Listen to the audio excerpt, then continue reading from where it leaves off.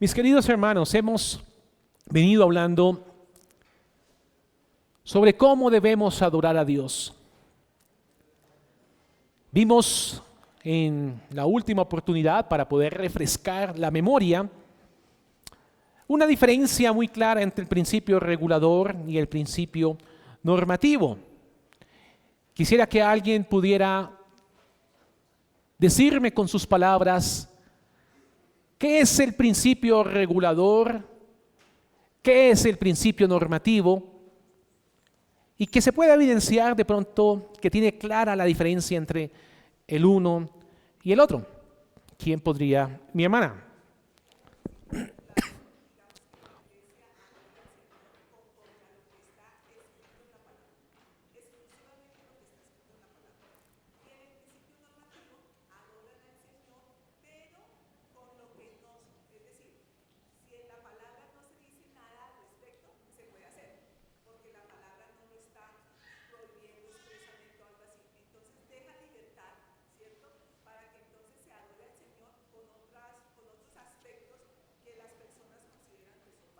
Gracias, mi hermana. Entonces, mis queridos hermanos, hemos dicho que el principio regulador, así como lo acabó de expresar mi hermana, es un principio regulador que sostiene la adoración a Dios solamente en las cosas que enseña la palabra de Dios. Excluimos cualquier elemento que no tenga un mandato bíblico. Así en la lógica nos funcione, así nos parezca que es útil, que es práctico, que es beneficioso. Y hemos hecho esta diferencia porque hay un silencio en las Escrituras y unos toman ese silencio en las Escrituras de una manera y otros toman ese silencio de otra manera, así como nuestra hermana acabó de expresarlo. El principio, los que toman el principio normativo, ellos toman este silencio o entienden este silencio como un permiso. Me doy el permiso porque la Escritura no lo está prohibiendo y como no lo prohíbe, entonces me doy el permiso de incluir esto, incluir aquello en el tiempo de adoración y de culto a Dios. Completamente diferente al principio regulador. Nosotros ese silencio lo entendemos como un límite. Hasta aquí va. Porque Dios nos dijo que era lo que Él o como Él quiere ser adorado. Lo entendemos como un límite. Y dimos una ilustración, la ilustración del arquitecto. Todo esto es con el fin de refrescar la memoria para nuevamente retomar desde donde vamos. Y esta ilustración del arquitecto que dábamos era de un arquitecto que diseña un edificio perfecto. Él estableció cómo son las medidas de la puerta, cómo son las medidas de la ventana. Él cuidadosamente pensó en ese diseño que le iba a dar. Pensó porque tenía clara la imagen de ese edificio y dio los materiales, dio absolutamente todo el detalle para hacer el edificio. Pero dijimos que, pensemos que el constructor dice, muy bien, voy a hacer ese diseño, pero voy a añadirle unas cosas, porque creo yo que la ventana queda mejor, no tan circular, sino un poco más cuadrada. Aquí en esta pared voy a hacerle una gran puerta que se pueda ver hacia afuera. Voy a añadirle ciertas cosas que me parecen más bonitas, más prácticas, más útiles.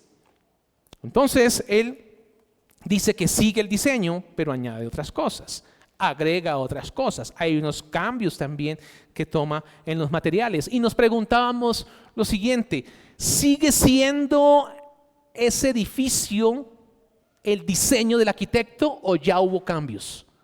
Ya hubo cambios. Hay una mezcla entre el diseño que le dio el constructor y lo que le agregó el constructor, su creatividad. Y explicábamos que así mismo es la adoración que como iglesia hacemos a Dios.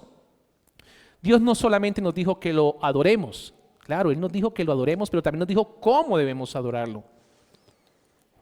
¿Cómo debemos acercarnos a Él en adoración, nos mostró cómo Él quiere que construyamos ese edificio. Dios es el arquitecto, Dios es el que dice cómo quiere ser glorificado. Su palabra es el plano. Explicamos que la palabra de Dios es el plano. Bajo este plano debemos nosotros regirnos para adorarlo, lo que Él, como Él ha querido ser adorado. Entonces no tenemos la libertad de adorarlo de otra manera, sino es conforme a su diseño y conforme a su palabra. Luego hablamos que históricamente el principio regulador de los reformados y de los puritanos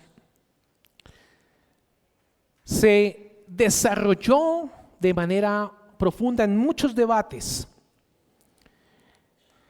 Y este desarrollo del principio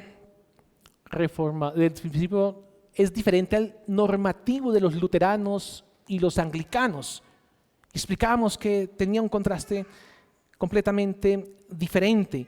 Y llegábamos a una conclusión, que después de tanto debate, las confesiones más sólidas establecieron y zanjaron ese asunto. Dijeron, bueno, Dios se adora de esta manera, en esto creemos. Después de mucho debate, y hablamos que nuestra confesión en el capítulo 22 lo señala con bastante claridad, y lo leo para ustedes, que es lo que dice nuestra confesión. Solo todo esto es para refrescar memoria.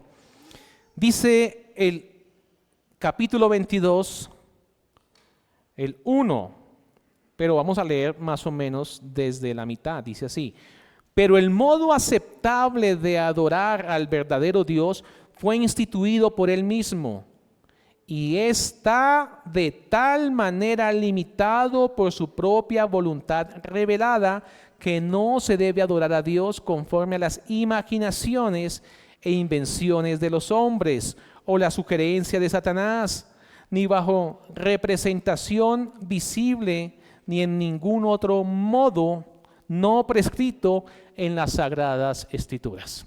Entonces, allí concluíamos que se zanjó el debate y quedó en la confesión debidamente escrito qué creemos de cómo debemos adorar a Dios.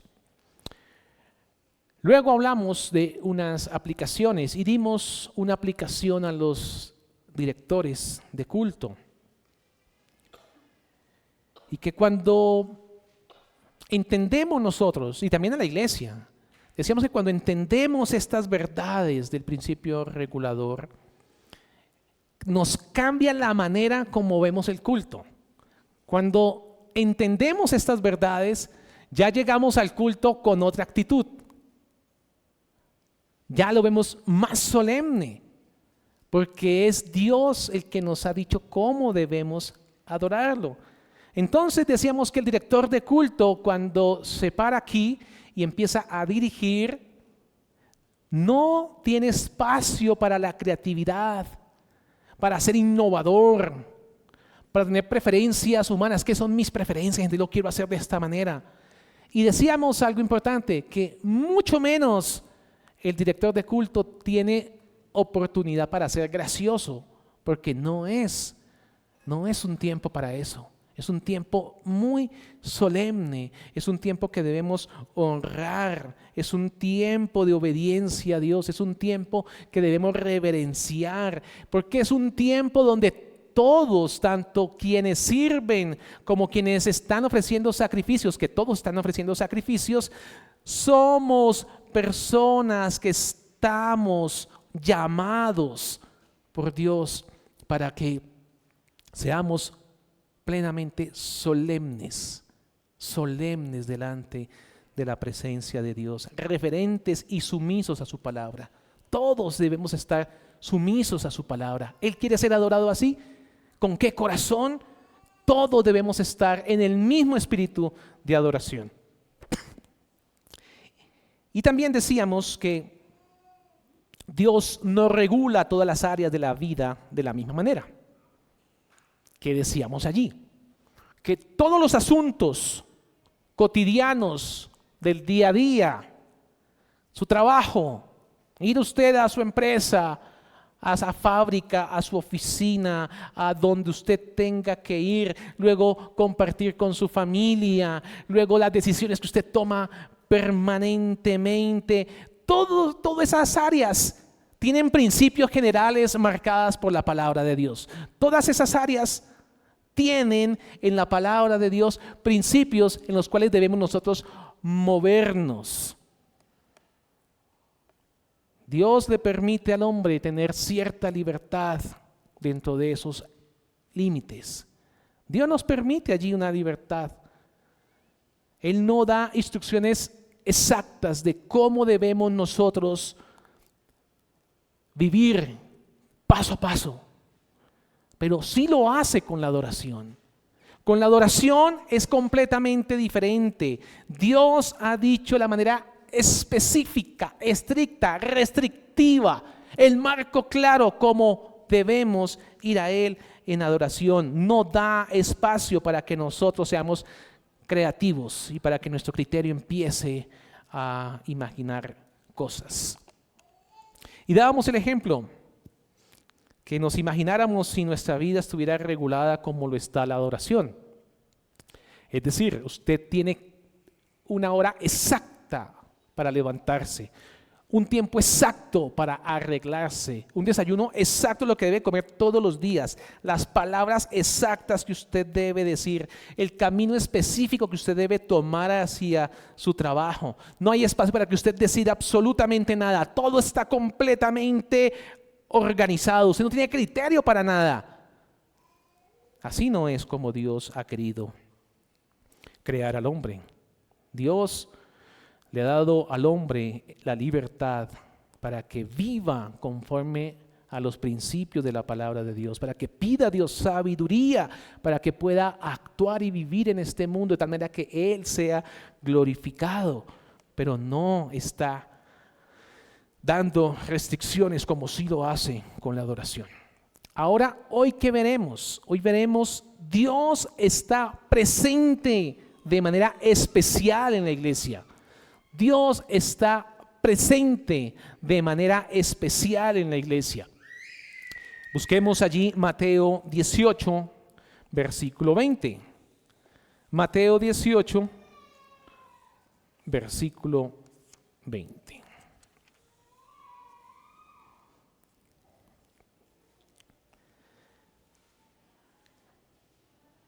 Es importante, Mateo 18, ubíquese desde el 15, vamos a ubicarnos desde el contexto de este pasaje, porque este pasaje es importante para la vida de la iglesia.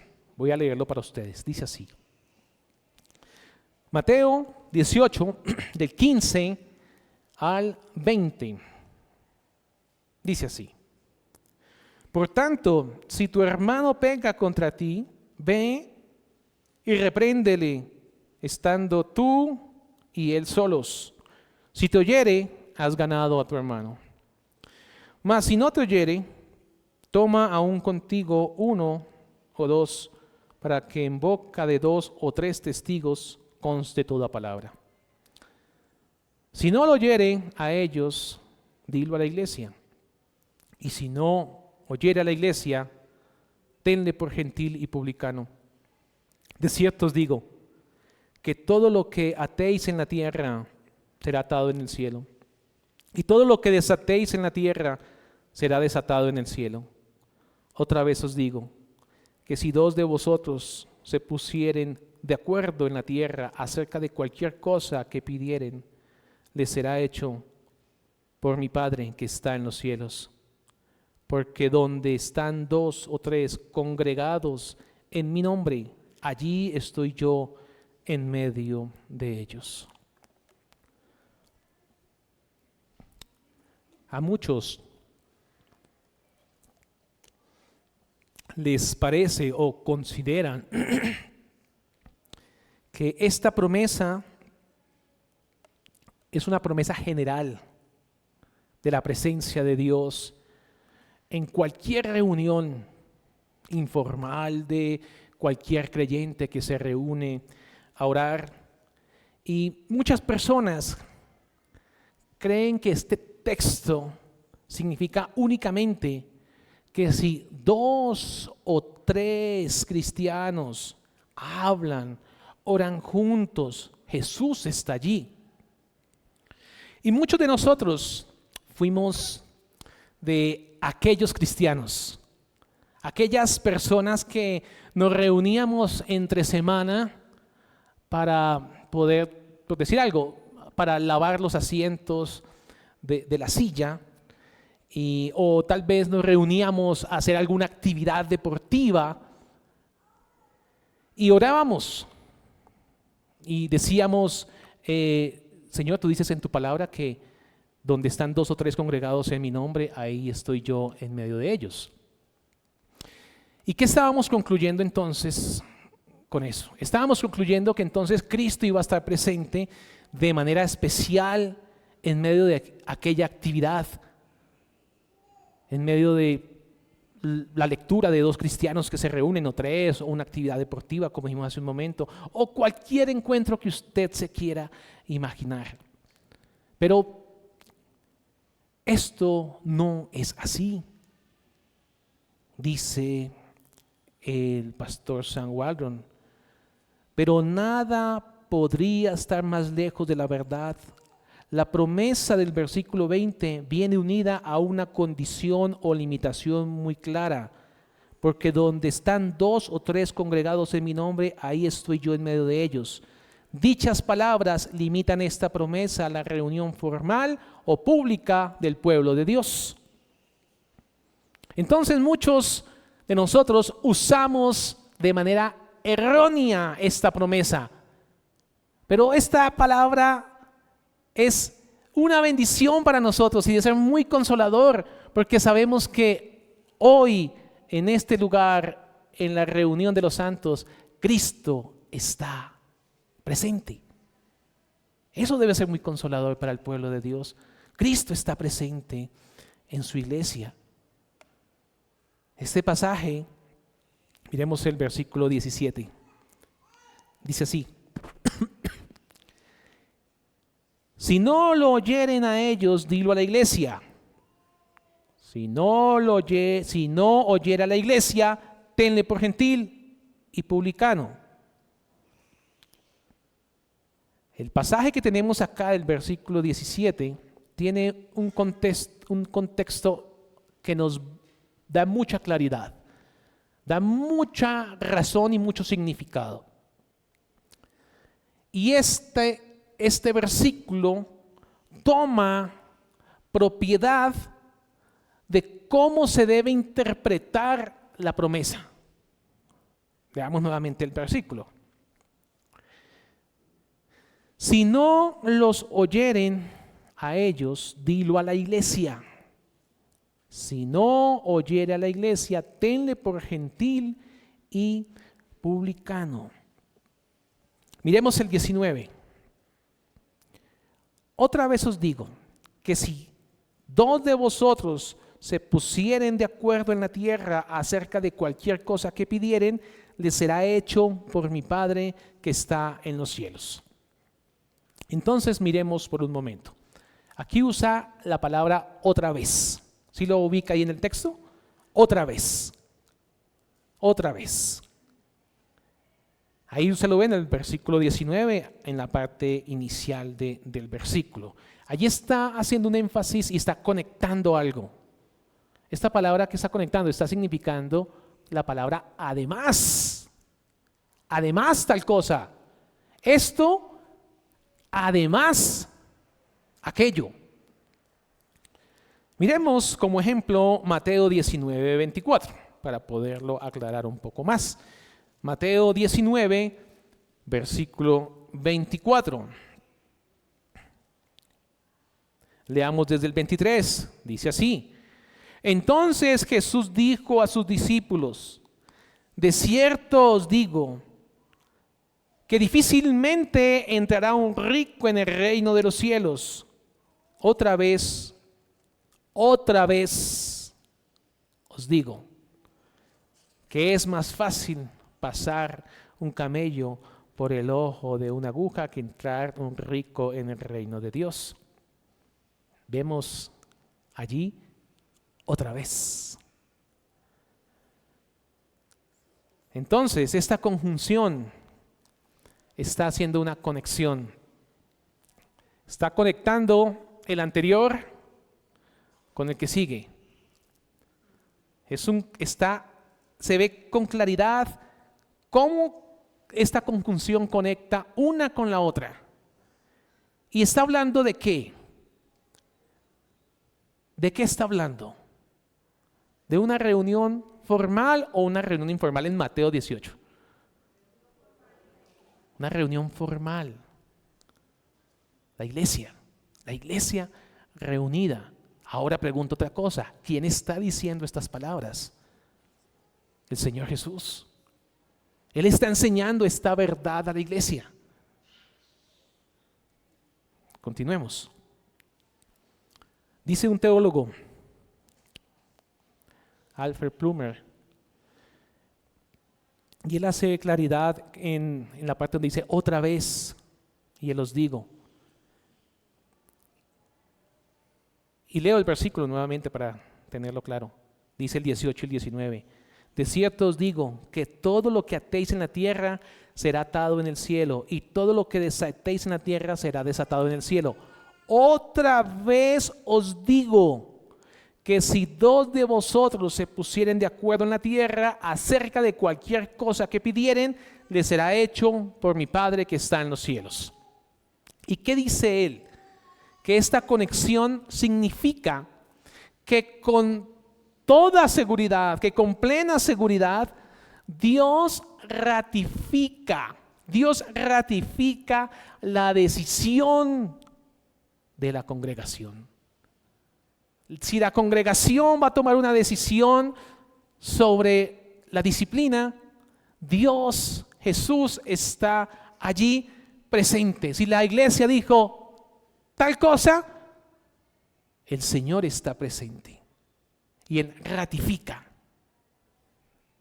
Vamos a seguirlo viendo. Vamos a ver allí también unos paralelismos.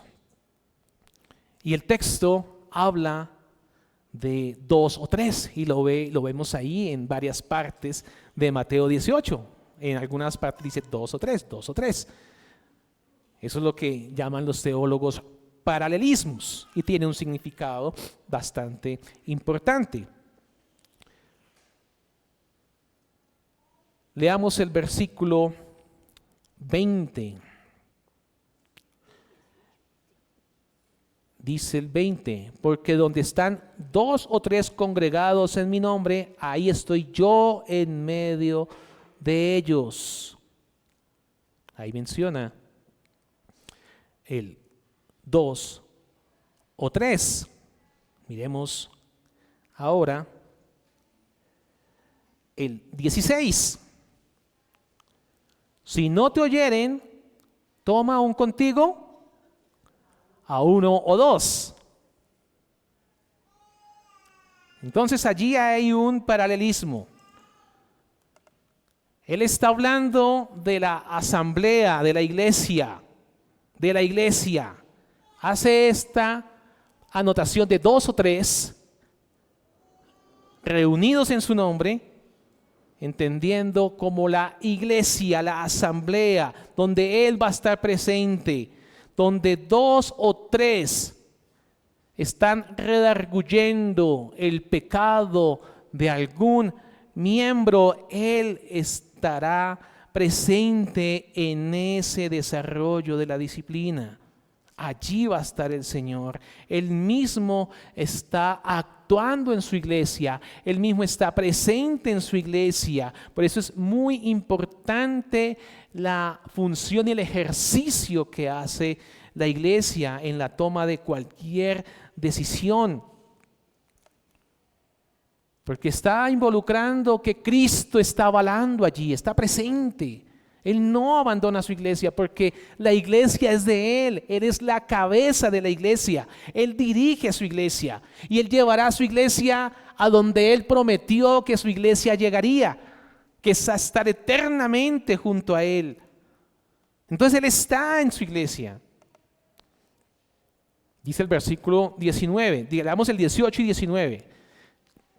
De cierto os digo que todo lo que atéis en la tierra será atado en el cielo, y todo lo que desatéis en la tierra será desatado en el cielo. Y el 19, otra vez os digo, que si dos de vosotros se pusieren de acuerdo en la tierra acerca de cualquier cosa que pidieren, les será hecho por mi Padre que está en los cielos. Cielo y tierra. Cielo y tierra. Está juntando el cielo con la tierra. Dice un comentarista, dice William Hendrickson, lo siguiente, abro comillas: nótese, cualquier cosa que pidieren está relacionado especialmente con la oración que pide sabiduría para actuar en asuntos de disciplina. Cuando un miembro ha pecado y entra en disciplina, la iglesia está en la obligación de orar y rogar sabiduría, pedirle a Dios sabiduría, porque es que nos descargamos solamente en que el pastor es el que mira a ver qué hace. ¿Y la iglesia? La iglesia está en la obligación de orar, de buscar el rostro de Dios. Jesús está en su iglesia. Él es la cabeza de la iglesia. Él bendice a su pueblo. Tenemos una gran responsabilidad como iglesia. La promesa especial de Cristo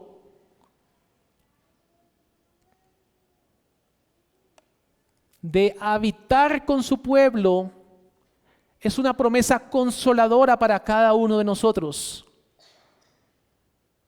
Y eso nos debe llevar a mayor solemnidad a la hora del culto, a la hora de adorar a Dios, porque Él está en medio de su pueblo.